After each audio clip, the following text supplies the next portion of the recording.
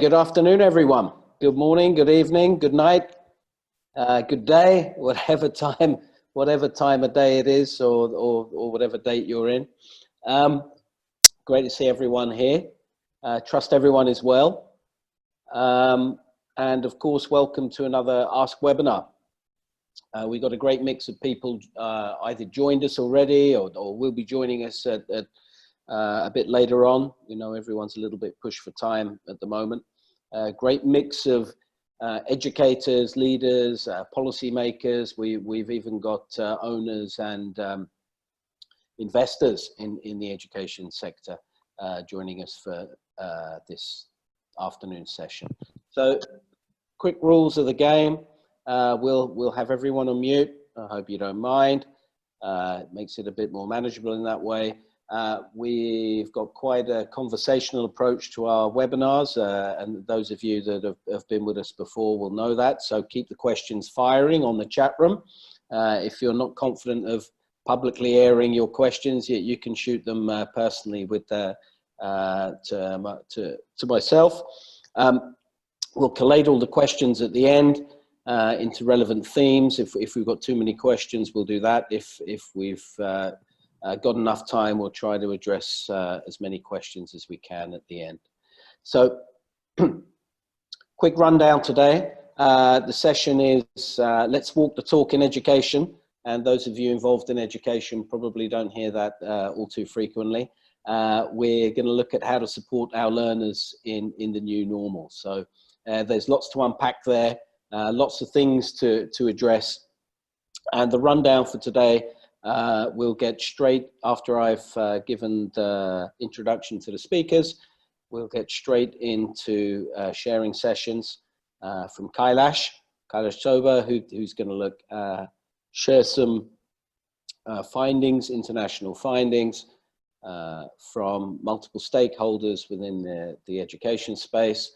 Then we'll move to Haifa, who'll do the same from a different study, a different survey, but in the context of Indonesia. And then we'll launch into key findings and learnings from those surveys, and perhaps what the future could look like for all of those different stakeholders. And then we'll shift it to you guys for question and answers at the end.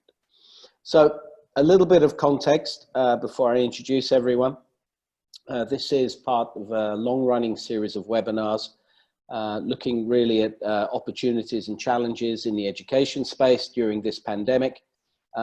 We feel, and everyone feels, it's very important and relevant to have these conversations so we understand the relevance of education and how it needs to adapt to shifting needs at this time.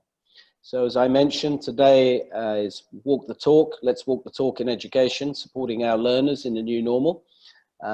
Essentially, speakers will probably correct me here, but what's the future of learning is what we want to look at.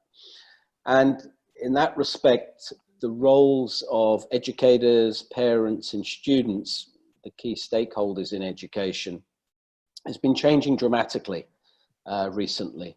And there have been a lot of innovative ways of how to adapt at these changing times. And those responses have obviously highlighted a lot of opportunities to learn, but also a lot of the underlying inherent tensions between those stakeholders. And it's very important that we address those as well.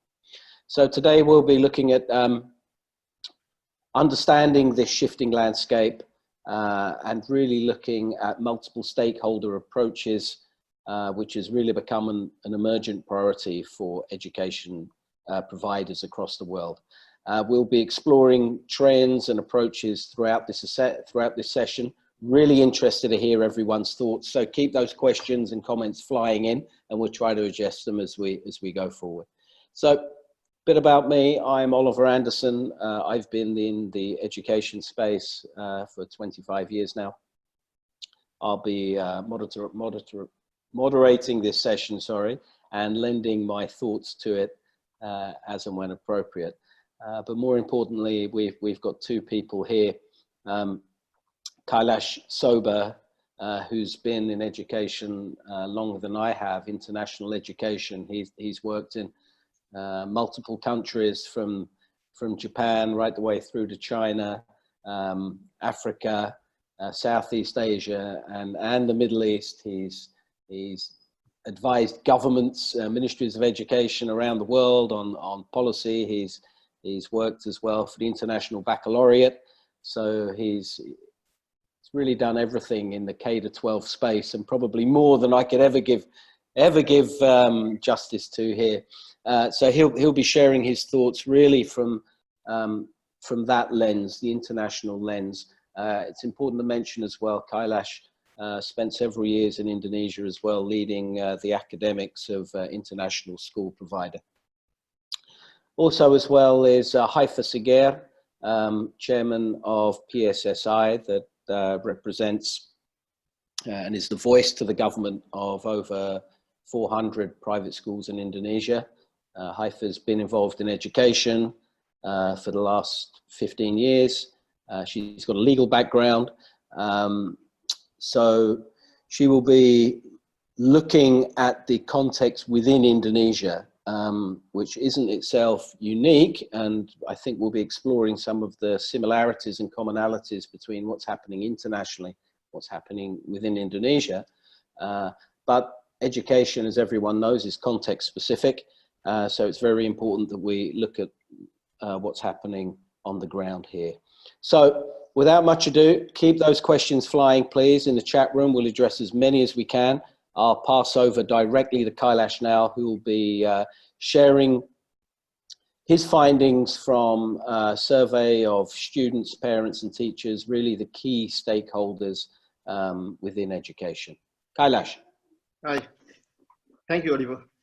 Good afternoon, everyone. First of all, I would like to say that not just my role, not just as a teacher or a school leader. I'm also a parent. So I've got my daughter in secondary school and my son in primary school. And I would say during this time, I do understand how the parents feel. I do understand how the teachers feel. And I surely do how school leaders are feeling. And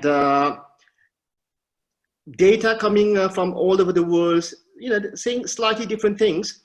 So just prior to this webinar, I've created a small survey, and I share it with a sample of people just to understand where are we heading really. And like I said, once we are in smaller group, just the parents, we say something different. Just the teachers, we say something different. And also, like from my daughter and my son, I've heard slightly different things, what's happening or how school will move forward. So I created a small presentation, and I'd like to share it with you. And of course, you have some question and all, you forward the question, and at the end we can take the question. So just to start with,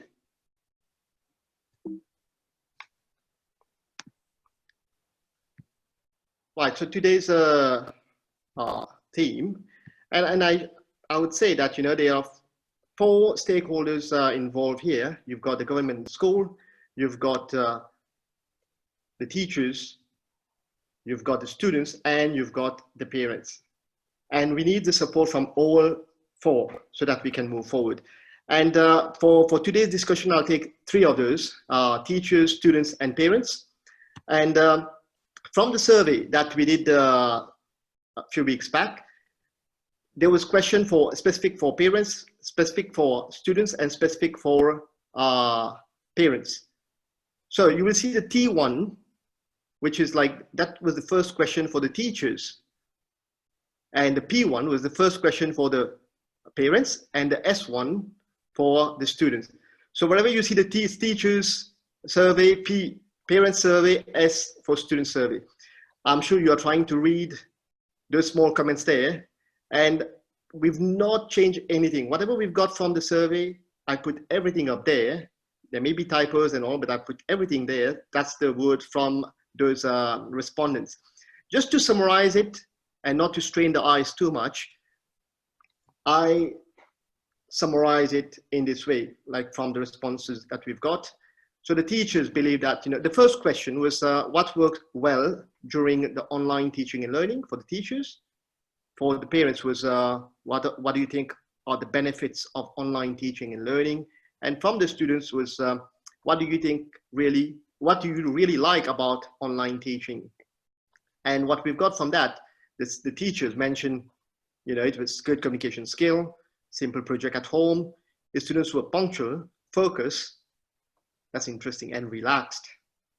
And from the parents, we've got, it helps us as parents to monitor the learning process. We've got students learn in a relaxed atmosphere, that's interesting. Child was pushed to be involved in all technological activities. Kids are more independent in the learning process. And from the student side, less distraction and comfortable learning at home. So you could see something here. It's about the comfort, relax, which come from all three parties. I'll just go through this because I believe that at the end we are going to share this presentation. So you can just take time and read through all these feedback that we receive from the different parties. The next question that was about, it was only addressed to teachers and parents about what surprised you during hands-on teaching using technology. That was for the teachers. And for the parents, how do you feel about the new approach? And from the questions, from the responses, to summarize it, we heard about the teachers saying technology, many things I've learned and need to learn. That's, it just came, we had to use it. So they tried their best. Then some of them say, so many digital tools we didn't explore before. It was not as difficult as I thought it would be. And from the parent side, it gives everybody a chance to be a little bit of tech savvy, both teachers and students. Good use of technology. Hope school find new ways to improve on the online lessons. Third question was about what are the challenges that you face teaching online. The concern from the parents, the concern about online teaching and learning, and from the students, the challenges. So this was more about the challenges, and you see lots of them has put lots of comments there.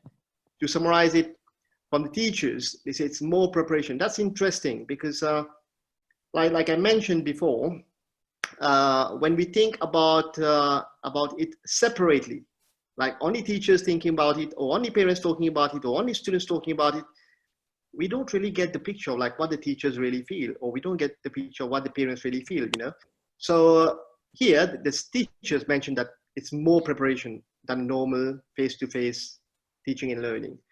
They had issues with internet connectivity. They had issues with electricity, and it was difficult for assessment.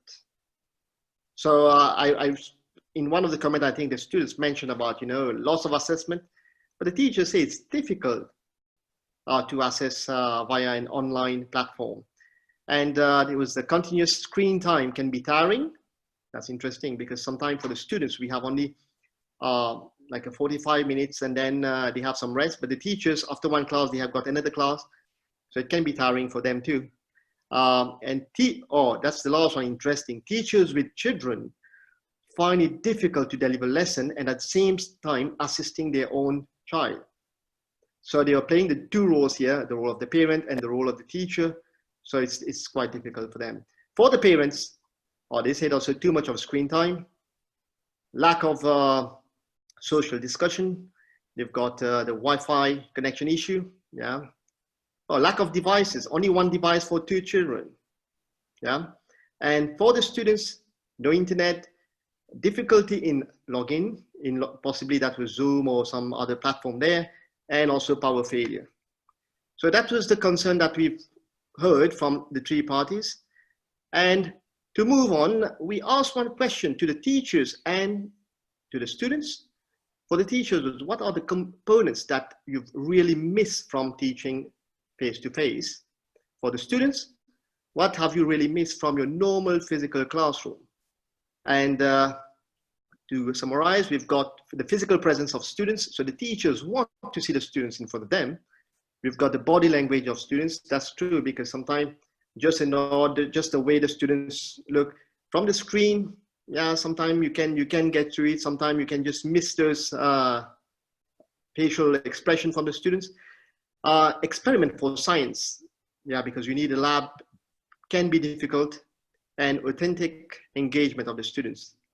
That was from the teacher side, and the students, they're missing the social face-to-face interaction. They're missing their friends, and getting help directly from the teachers.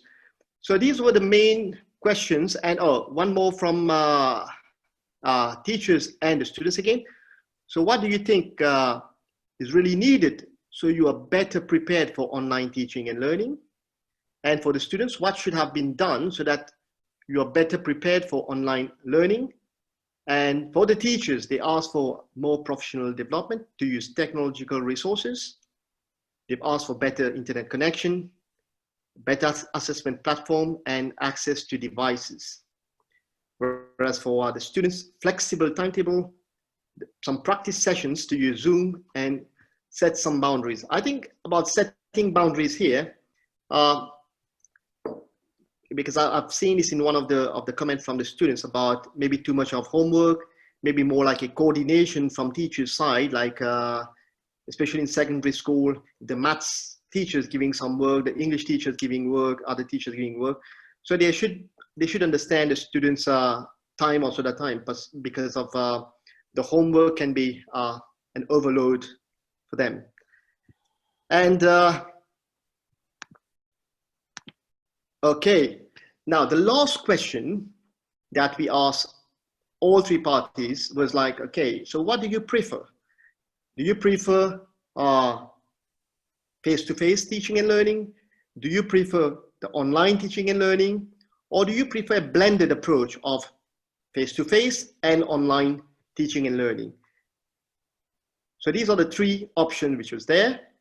And what we've got from the teachers, it's more like 58.3% preferred the blended face-to-face and online teaching and learning. And the 41.7%, they want to be back to class, face-to-face teaching online and learning.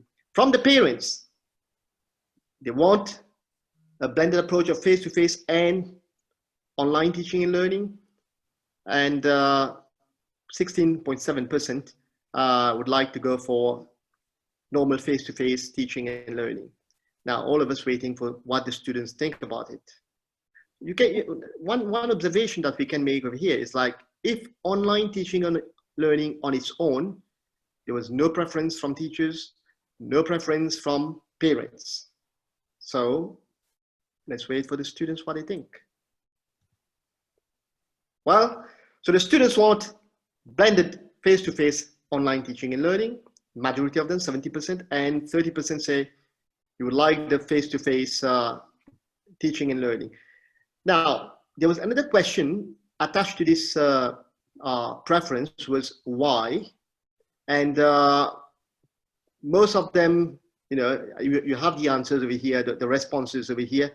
I will not go to it now. Maybe afterwards we can just come back to it, and then we take some more question from really what we can, how we can dig in and then explore more about what their preference was. Yeah. Yep. So I think what we've learned from this is that when we are talking in smaller group, only the teachers, or only the parents, only the students, we tend to play the blame game, like, okay, you know, so the teacher's not doing much, or maybe the parents are not helping much. And then we, you know, most of the time we've seen is that both parents and teachers, we blame the students. We say, oh, they are not learning now, right? But when we do things separately and then we bring ideas together, we could see that all of them thinking about the same thing. And I think what is needed here is that we need to connect the dots.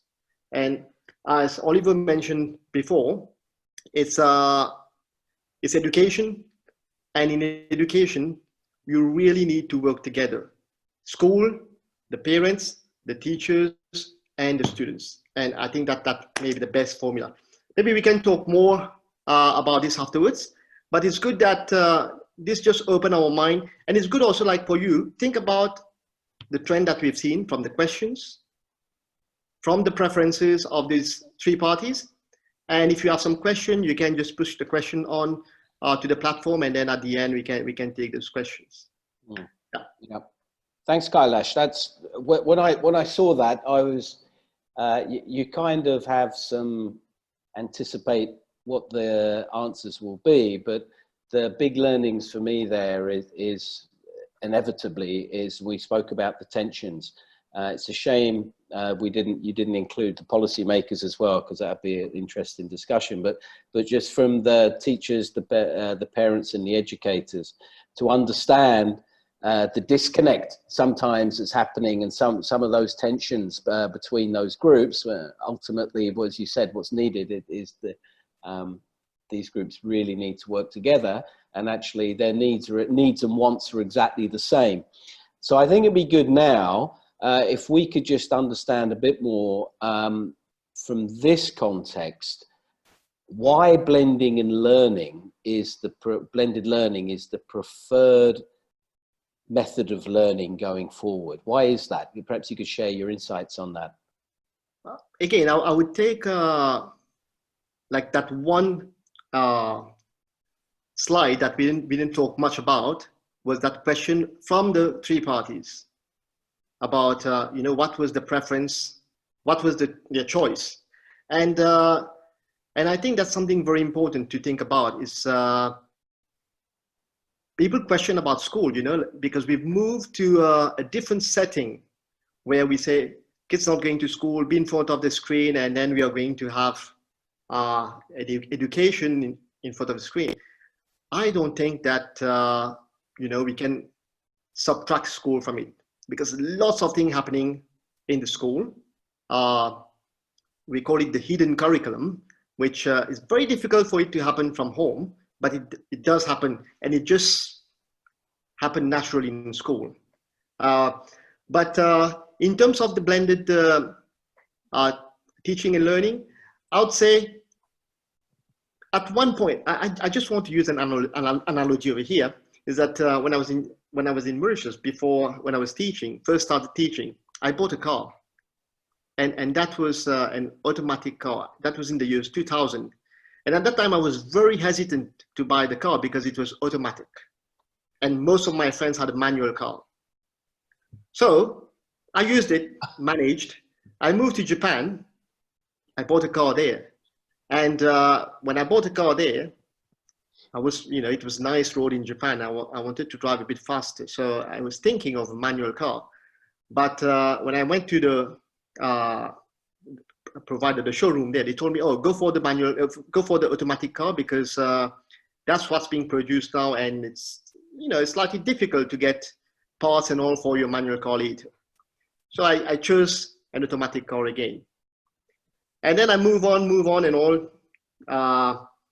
Now I'm still driving an automatic car, and if you ask me to go back to a manual car, maybe I find it a bit difficult. And in my country, if you want to get a manual car, now you have to order. It's called like a special request to get a manual car, because on the market you have only the automatic car.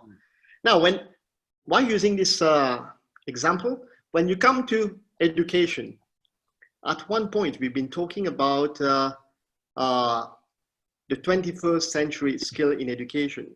It was nicely said, you need collaboration, communication, creative thinking, and you need communication. That was there, but I think most of the school we use it.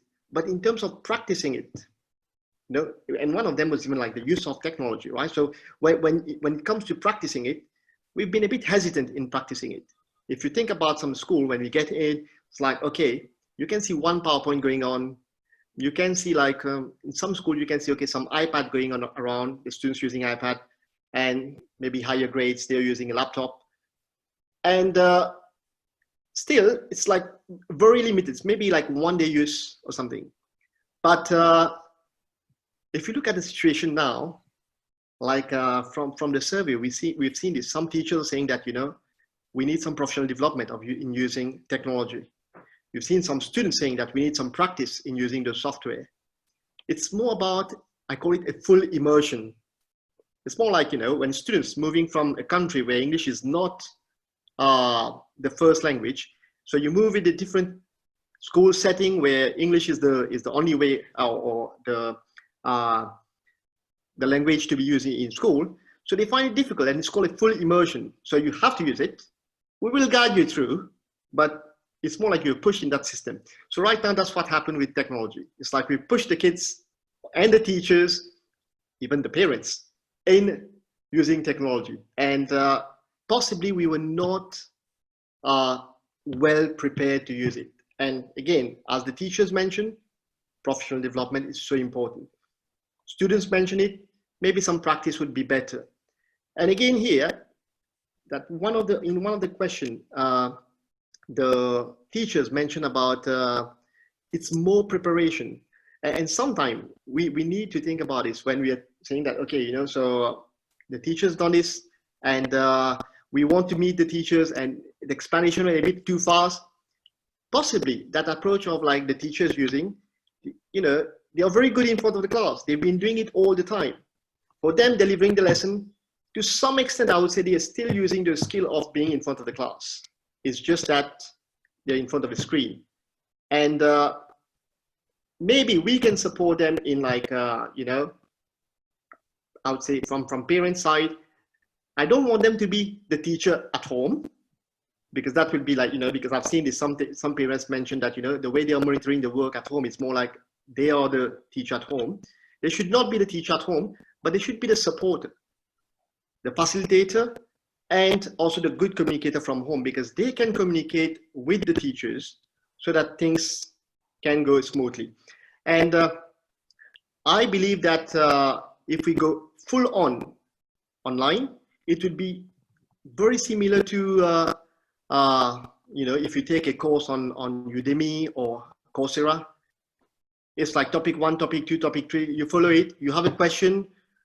The only way you can ask the teacher or the facilitator is like you send a question and then you wait 1 week, okay, you receive something, and then after that, then you can move on. I believe that it can be a bit slow, and then kids can feel disinterested. Whereas if you have that support where, like, online's going on, okay, why not get back into a school setting? There, the teacher talked to you, oh, I had some problem with this. Oh, okay, fine. Come, the teacher help you, you go back, and then you work on it. It's more like a feedback session. And some teachers mentioned it in the survey about flipped classroom. Flipped classroom is part of a blended. So you have something online, you have few face-to-face, and that worked really well. And I believe that too much of one thing is not good, but if you put a mix of those two, you can create an excellent recipe. And I would say, yeah, a good balance of the two is the way forward. Yeah. Okay. Thanks for sharing. I was just about to cut you off there, because I know you're incredibly passionate about this, as we all are, Kailash. But I think that's the perfect segue if we can bring Haifa in now and understand. Haifa's got some insights and some real learnings from some great data that she can share from the Indonesian side of things. Haifa? Oh, thank you. I actually have a few questions for you, Kailash, but probably we can discuss after I share some of the facts that I just received from the Education Quality Assurance Agency in Jakarta. So this is really a brand new data that it's really interesting to know what will be, the current situation from the local context, the challenges, the takeaways during these last few months, what's been happening here in Indonesia, in particular in Jakarta. So the graphic is in Bahasa, but I'm gonna explain this in English. So this is based on the monitoring and evaluation result that was done by the Education Quality Assurance Agency. This is more to, the equipment that was used, and this is more to the national school context. I know, Kailash, you are more experienced in international school angle, but I want to touch it more to the national school. But I can see a lot of similarities and commonalities between the two. So, you know, the equipments, the software that was used, you know, mostly using Google Classroom, obviously, because it's perceived as it's more user friendly and easy to access, and it's free for schools. And 82% is using handphones, probably talking about access that probably most of national school find it really challenging. And you can see the challenges that was happening in distance learning is more to the access. The internet access doesn't really know how to implement the programs, you know, obviously face-to-face and distance learning have a different implementation, and not only the challenges faced by the teachers and students, but also parents, obviously, because they need to assist their kids. And this is the perception. This is really interesting. I find it really interesting. So you can see there are primary school, middle school, and high school, how they perceive this distance learning. Obviously, the younger they are more happy. Probably, like you said, Kailash, it's a friendly environment in at home. So for younger learners, they feel more comfortable. Obviously, older students, which is more social in that sense, are not really preferable using this distance learning method. So you can see that they are bored. Most of them not really feel that the distance learning is for their particular choice.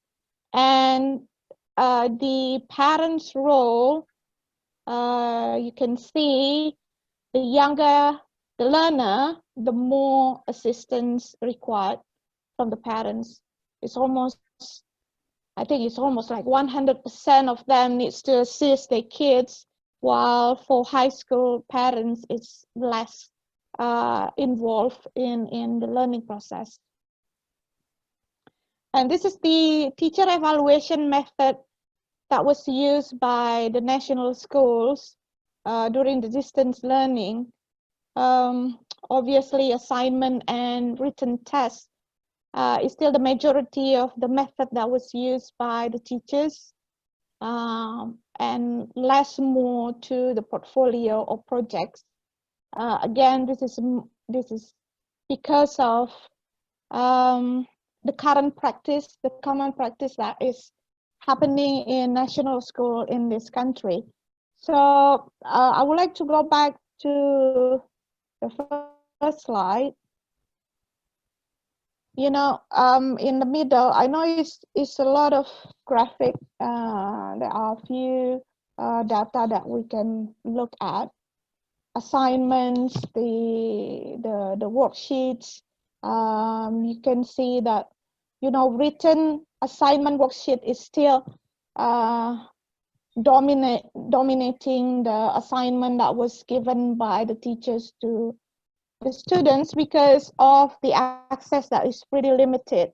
Anything in writing is much easier if you cannot have technology as part of your tools on this distance learning, which is majority of the national school here facing. Like you said, you know, one gadgets or probably laptop can be used to many members of the family. And I actually have one of the parents who I'm known have 9 kids. And they are really struggle in terms of how they can distribute a very limited device that is available at home on top of the parents that needs to use that device. So I think that's that's mainly the challenges that I was facing in this country. Probably not necessarily applicable to international school who have more access and resources to support the distance learning. So this is some of the findings that I found it really interested that I want to share with everyone, and probably we can discuss, Kailash, at some length on how this relates to the findings that you had on your survey. Yep. Yeah, thank you, Haifa. That's yeah, I think the needs are similar, but the big takeaway from there is obviously, and I think it's useful to understand that Kailash's survey is from a very different demographic than the one Haifa is referring to, whereas the demographic for Haifa's survey are not as well resourced, have a number of constraints around blended learning at the moment anyway. Kailash, I think it'd be good now if we touch on why blended learning, perhaps share some of those insights that you got, why blended learning really is the way forward. I mean, it's a real wake-up call for everyone, particularly one of the stakeholders we're perhaps not addressing here is school owners and operators, because they've been discussing how their model, the bricks and mortar model, physical schools will perhaps change over the next few years. And as you rightly said, you know, this rapid change has been thrown on them. There's changes to the learning process, but equally as importantly, there could potentially be some changes to their commercial model, their business model as well, which is equally important. And if you look at it on a national scale in the public sector, the implications for governments around the world, particularly in Indonesia, where they're lacking infrastructure and resources, is potentially massive. So perhaps you could share some of the reasons for this shift if we go back to your presentation, Kailash. Yeah, if I can just add something, Oliver, in terms of because one of the stakeholder we've not used is school and government, right? But let me take the part of the school. So because from discussion, even with Ministry of Education in some countries, I heard that part of, like, you know, the parents asking a question, why do we have to pay schools? Right? And it's very interesting that this question came. But like I said, you know, when we just talk about just in pockets of similar group, lots of things comes to mind. But if we really understand the task that, for example, the school is doing now, when I spoke to schools, so most of them think that, you know, for them it's much easier to have normal school because they've got the resources in place, they've got things in place, they've run it for all these years. So it's not what we call, like, you know, Chris Johnson and Sir Ken Robinson use the term disruptive education, right? And really, for me, even as an educator, I thought that, oh, it's a nice word, but are we going to use this word? Maybe it will just be in the clouds. But it happened, it is disruptive and really disruptive, not the way they were talking about it being disruptive, but it's really disruptive for everyone. So it's good to know that for many schools, they are spending more during this time. They are getting devices for the teachers. They have to have some sort of support for the teachers. They still have to pay the teachers because the teachers have got the family to run. So all these expenses that you're thinking sometimes of, oh, should we pay school? Yes, we all provide. Possibly they find it, if the kids going to school, okay, then they are happy to pay the fees. But now the kids at home, some lessons happening, some lesson like, I don't know, PE or something not happening. So what's the connection? But we need to look at it in a global aspect. And one other thing which teachers are doing, I heard it from the teachers, that the maths teacher is not just teaching maths now.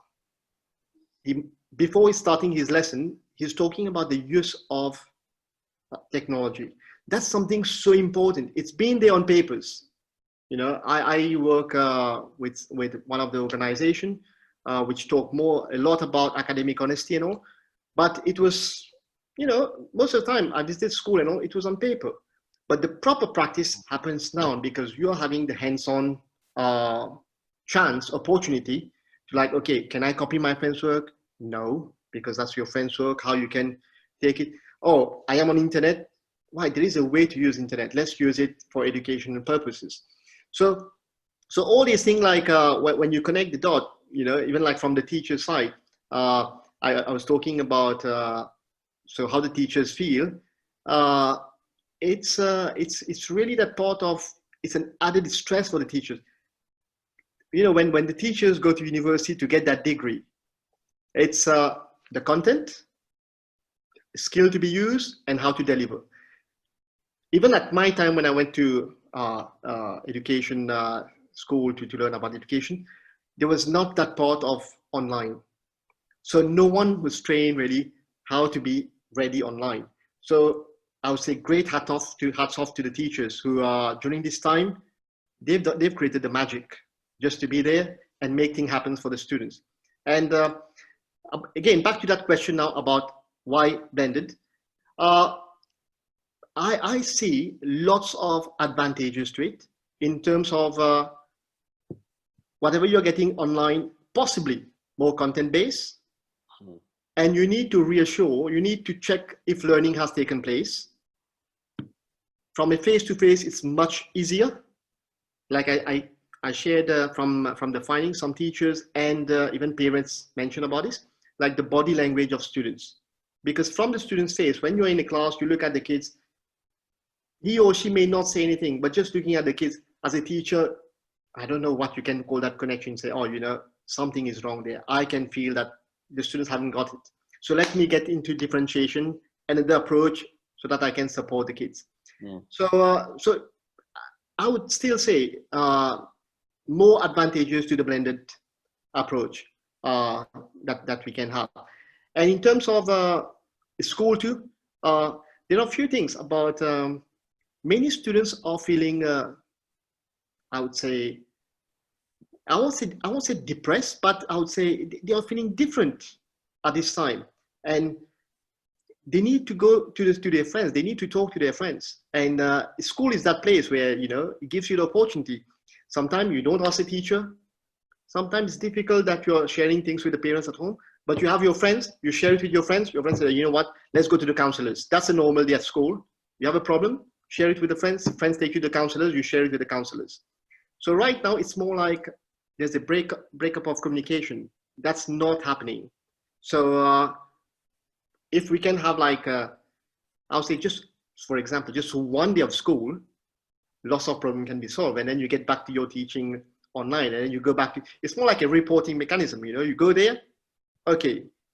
And also it's like, again, just to ensure that whatever you've learned, you go there, clear all the doubts, move on. Again, after 1 week, clear all the doubts, move on. I think it's much, it's better support for our learners. Mm.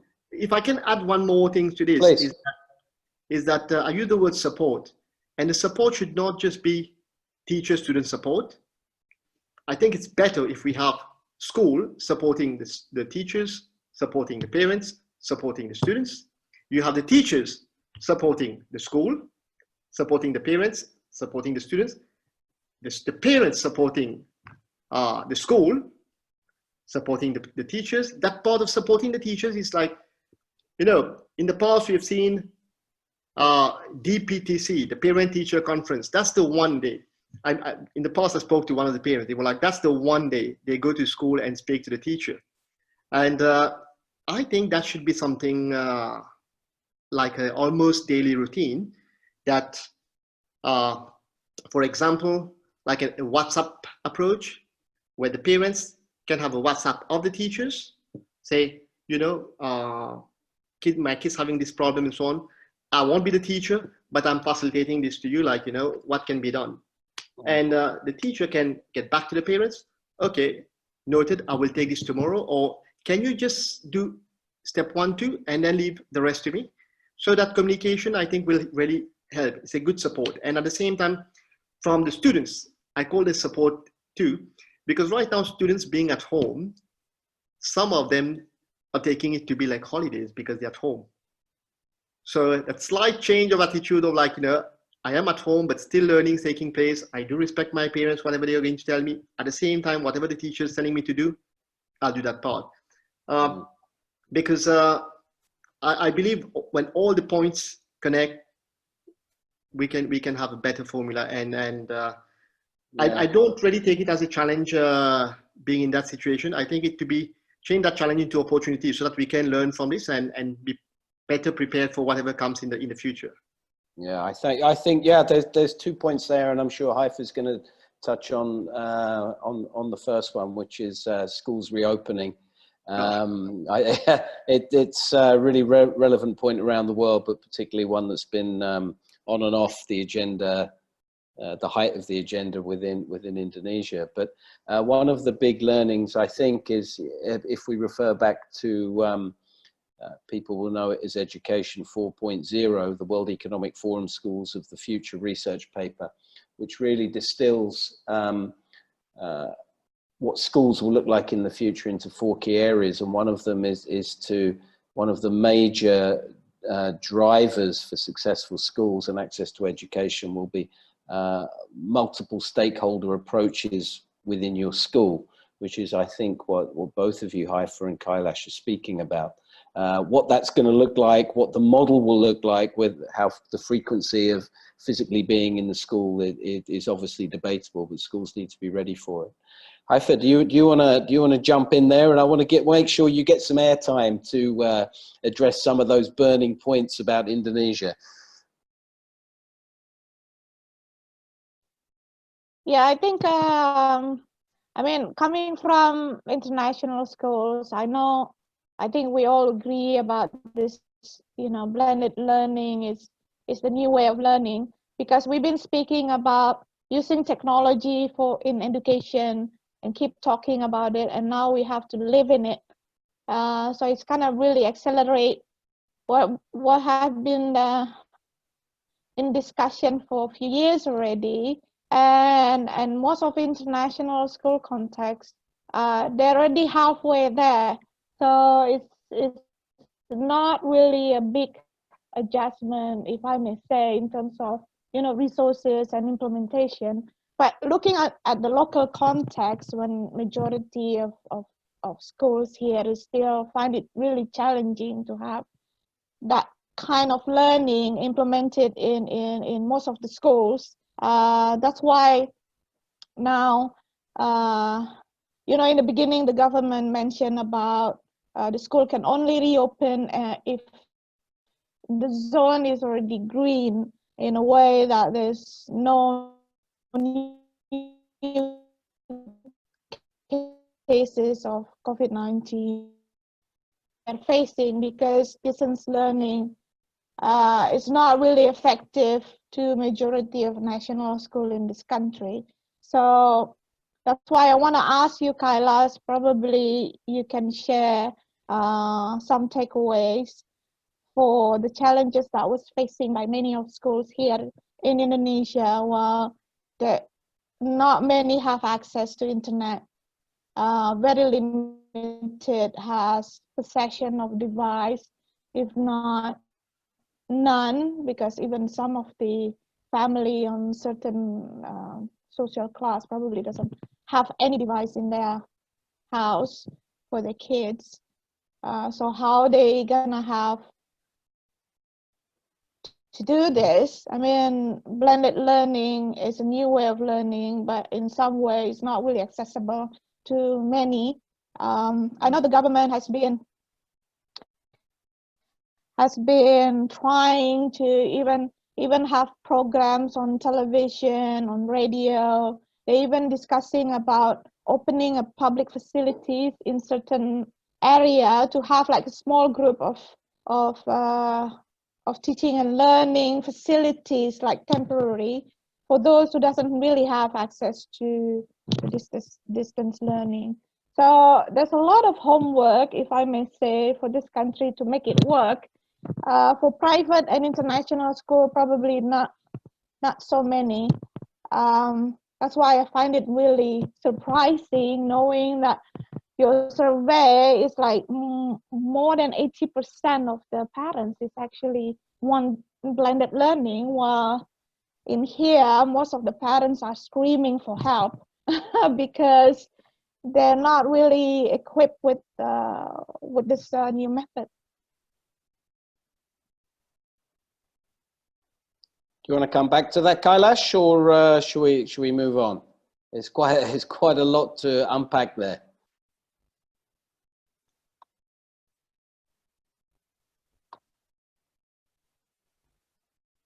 Kailash is on mute. I wanna make some. I'd like to make some time now for some of the questions from respondents, and there's been a few. Thank you very much for posting. While we get work on getting Kailash's voice back from Rajendra in particularly.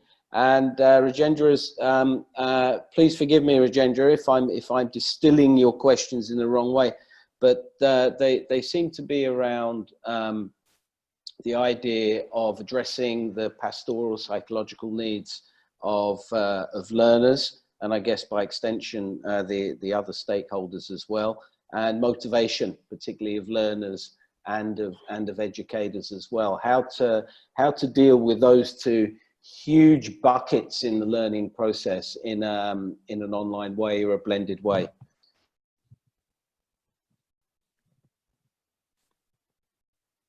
I think I'm unmuted now. You're back with us, Kailash. Right. Yeah. So for Hi-Fi, I fully understand that part of different setting in different countries, and I would say right now I think communication is key. And when I say communication is key, it's about communication and collaboration. We need to get the parents, the teachers, school together. Possibly, if we had time, we could have done it before the lockdown, before everything started, where we could set some policies like, what are the things we can do? What's the role of the parents? What would be the role of the teachers? And what would be the role of school at a time? I think, we are talking a lot about technology, and I think it comes to the school, the teachers, and the parents. Not necessarily big gadgets. I think the best tool right now is communication. If the teacher can communicate with the parents without, just with a phone, WhatsApp, anything, we can get some of the work moving. And most important is trust right now. Like I said, I'm a parent, but I really support the teachers right now. They are doing a great job, and we need to admit this. They were like magicians during this time. Some of them, maybe first time they are trying Zoom, and they did it, so hats off to them. Now, the second question, Rajendra's question, I agree that the students need support, pastoral support right now. And as I mentioned, talking to one of the teachers, he was teaching mathematics, and he said before starting his lesson, he was talking about academic honesty to the students. He's been talking about kids, how are you? What are the things bothering you? And he mentioned some of the students saying that, I'm feeling bored at home. I'm not meeting my friends. I want to meet my friends. I want to do something like I do at school, and it's limited at home. I cannot. So all these questions, I think that role of a counselor becomes very important now, not just for the students. Even I know even some parents, they need this support right now.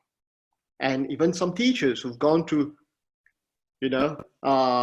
unexpected situation of like being in front of the screen and then talking to screen, right? So they were not prepared for that at all. So I think they need to be that person there, going around, maybe having a session with students, having a session with teachers, having a session with the parents, sharing those possibilities of like, what should be done.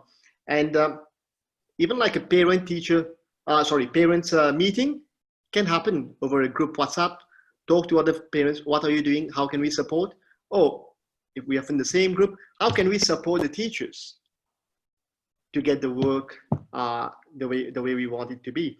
And not necessarily a big device there, minimum device, we can do lots of things. And Rajendra, your question about that pastoral, I think that's where the teacher should play that role of, like, you know, I'm not just a maths teacher, I'm not just a science teacher, I am a teacher, I care for my students. So that's the time I wear all these hats, support the students wherever I can. And some of things, because of distances where I cannot help, why not just an email, a WhatsApp to the parents? These are the things I learned from the kids. Can you do this support? Or if I can pass it to the school counselor, get some reply and then forward to the parents or the students. But I fully understand what you're saying. Yeah, the blurring of roles, it is certainly an opportunity. I agree with you fully, Kailash, and it's given a huge amount of understanding to multiple stakeholders. I'm a parent as well, and typically sometimes you look at a school and say, what on earth is happening there? What are my kids doing? What am I paying for? And now you need to be a lot more understanding, a lot more not just forgiving, but participatory in terms of what happens there and what people do. So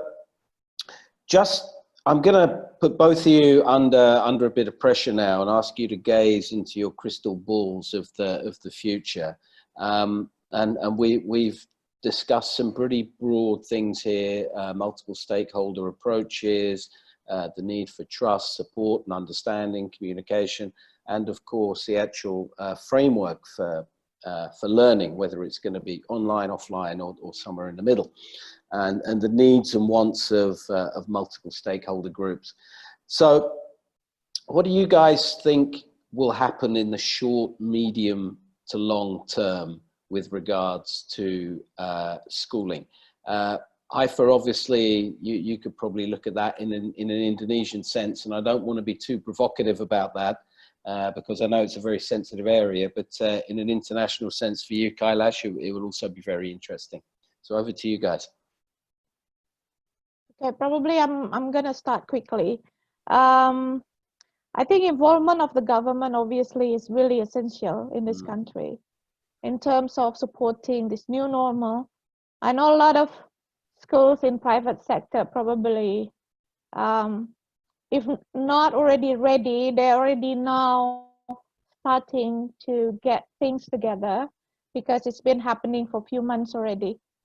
So I know it's getting better and better, the way how they conduct the blended learning. I mean, it's mostly still distance learning. Only a few schools in certain area can conduct face-to-face learning already in a very limited context.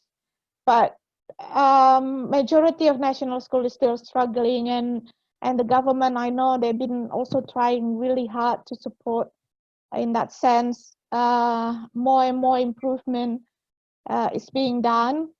It's a work in progress. There's nothing quick about this whole things.